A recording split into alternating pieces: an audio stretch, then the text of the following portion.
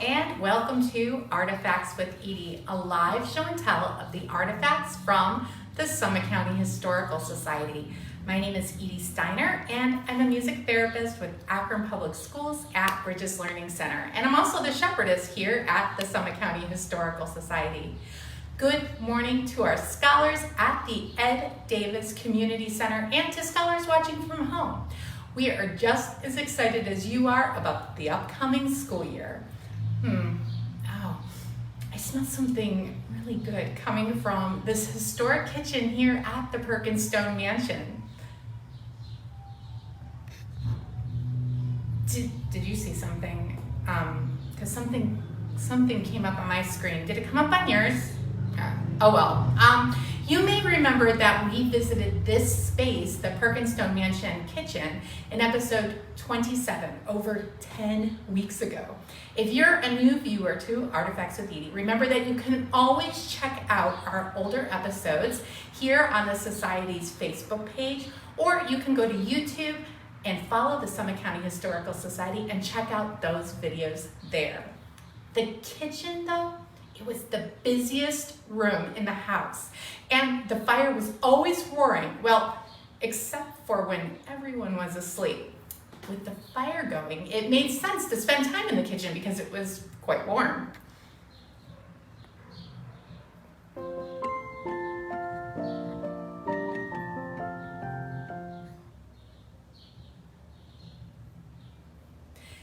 You have to remember that when the Perkins family started living here, starting in 1837, the only heat source would have been the fireplace.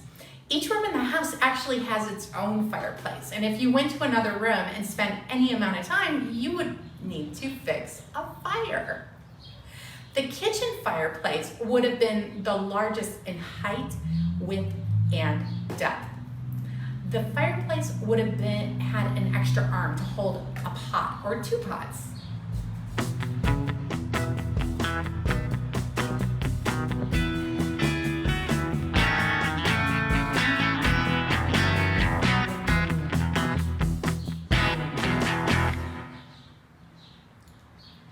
One pot would have had water for boiling coffee or tea. The other pot would have been for stew or for some kind of soup. On the hearth, small little fires would have been made to do a few chores like roasting coffee or ironing or making waffles or hopefully even popcorn.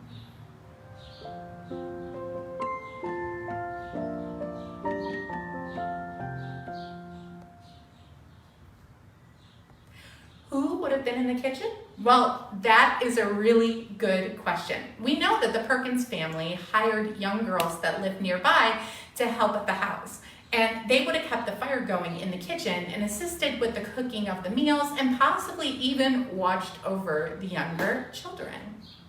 Grace Perkins, the mother of 11 children, would have planned the meals and given directions to any hired staff, except for when she would entertain guests that came calling. Mrs. Perkins would have spent most of her day in the kitchen.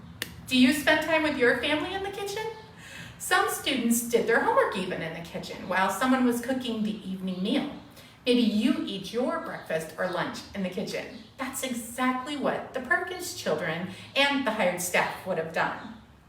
There would have been a separate table set up for them to eat, and they also would have had to do their daily chores.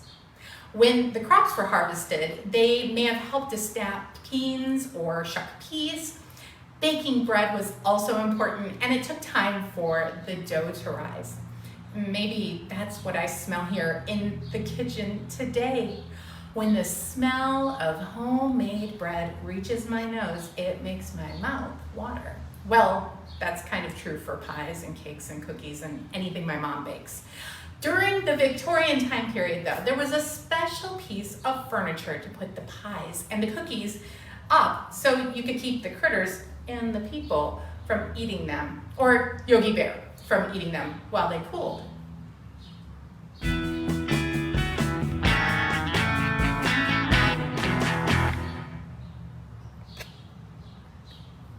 Let's review before we reveal the artifact of the day. Question 1.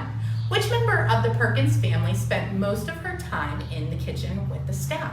Was it A, Maria Perkins, B, Mary Perkins, C, Anna Perkins, or D, Grace Perkins?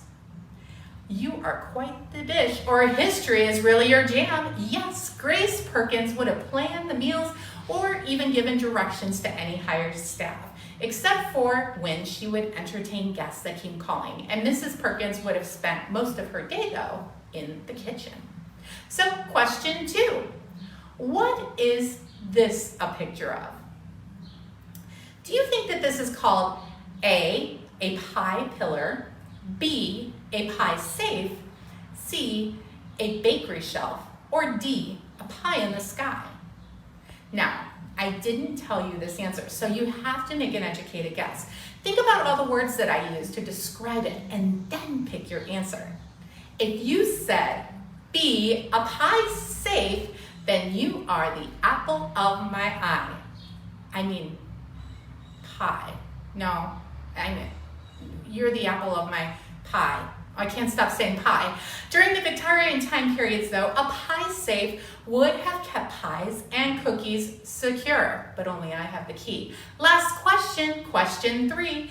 In what ways did children help in the kitchen during Victorian times?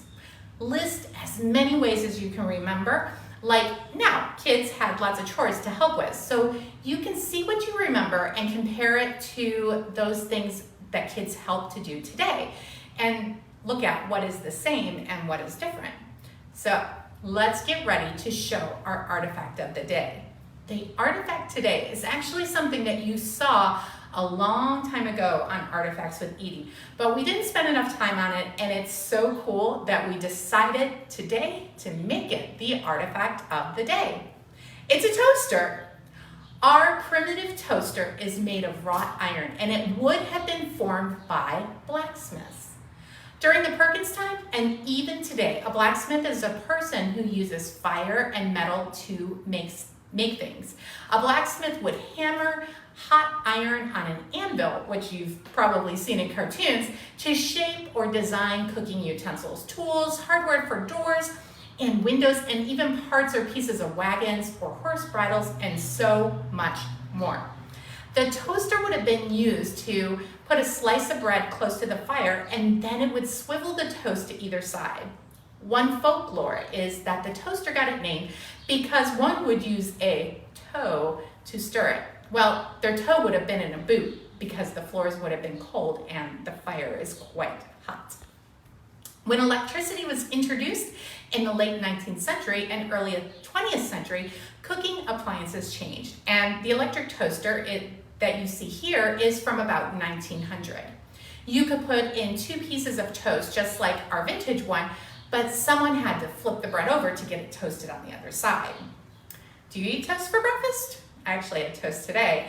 If you do, maybe your toaster looks more like this one. It browns the bread on both sides at the same time or simultaneously.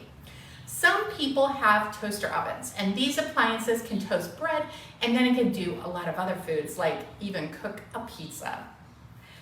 How people invent things is just absolutely thrilling and very interesting to me. From making a toaster out of a piece of metal to figuring out how to use electricity to toast and cook your food can be completely mind-boggling. Each year that you attend school, you will learn more and you will prepare for your future. Happy birthday. Happy birthday. Happy birthday to you. Happy birthday. Happy birthday to you.